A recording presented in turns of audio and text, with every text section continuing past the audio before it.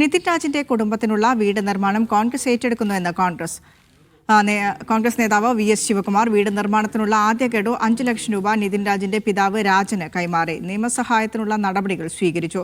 2 അഭിഭാഷകരെ കേസിനായി ചുമതലപ്പെടുത്തി. നിതിന്റെ മരണത്തിൽ സമഗ്ര അന്വേഷണം വേണമെന്നും ശിവകുമാർ ആവശ്യപ്പെട്ടു.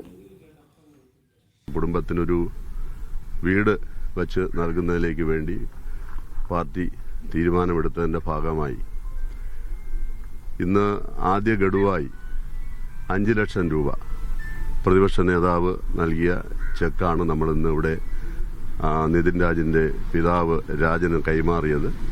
ആദ്യ ഘട്ടമാണ് നൽകിയത്. അടുത്ത ഘട്ടം ഈ വീട് നിർമ്മാണം അത് കോൺഗ്രസ് പാർട്ടി തന്നെ ഏറ്റെടുത്ത് അത് പൂർത്തീകരിക്കും.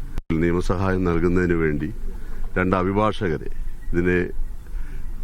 ഈ കാര്യങ്ങൾ വളരെ സസൂക്ഷ്മമായി വീക്ഷിച്ചുകൊണ്ട് ആവശ്യമായിട്ടുള്ള കേസ് അട്ടിമറിക്കപ്പെടാതിരിക്കുന്നതിലേക്ക് വേണ്ടിയുള്ള നിയമസഹായം നൽകുന്നതാണ്. 2 അഭിഭാഷകരെ നമ്മളിവിടെ ചുമതലപ്പെടുത്തിയിട്ടുണ്ട്.